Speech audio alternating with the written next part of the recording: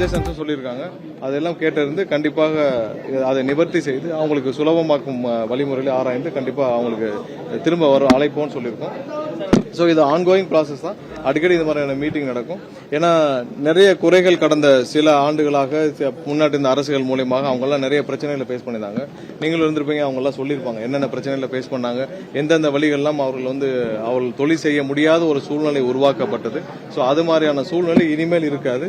கண்டிப்பாக டிஎன்ஏபி என்னைக்கும் மக்களுக்கான ஒரு நிறுவனமாக, சிறு குறு தொழில் நிறுவனங்கள் யார் யாரெல்லாம் அதை நம்பி லட்சக்கணக்கான தொழிலாளர் இருக்காங்க அவங்களுக்கான ஒரு நிறுவனமாக மாறும் என்பது எந்த மாற்று கருத்தும் இல்லை. அதற்காக தான் இந்த மீட்டிங் வச்சு முடிச்சோம். கண்டிப்பா வர்ற காலங்களில் இதெல்லாம் சரி செய்து நிறைய பேர் பவர் ஜெனரேஷன்ஸ்ல அது ரெனியூவபிள் எனர்ஜியில் பார்ட்டிசிபேட் பண்ணணும். அதன் மூலமாக நமக்கு தேவையான மின்சாரத்தை இனி வர்ற காலங்களில் நம்ம பெற முடியும்ன்ற நம்பிக்கையில் இந்த மீட்டிங்கை வச்சு முடிச்சோம்.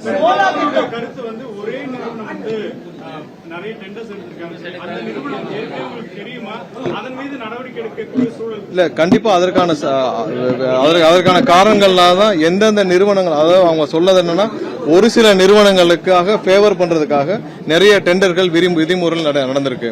ஒரு சில நிறுவனங்களுக்காக டெண்டர் கொடுக்கறதுக்காக அவங்களுக்கு கொடுக்கறதுக்காக நிறைய கான்ட்ராக்ட்கள் விதிமீறல் பண்ணி கொடுத்திருக்காங்க.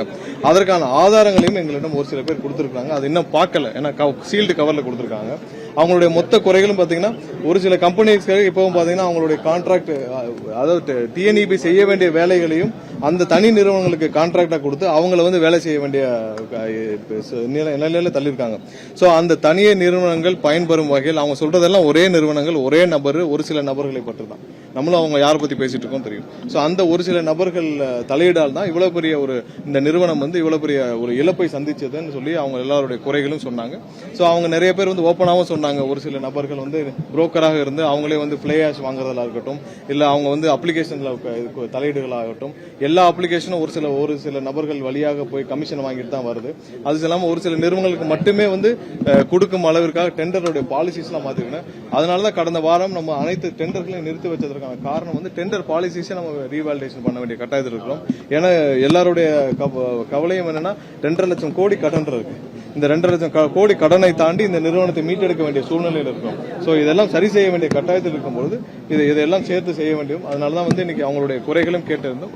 கண்டிப்பா எங்கெங்கெல்லாம் முறைகேடுகள்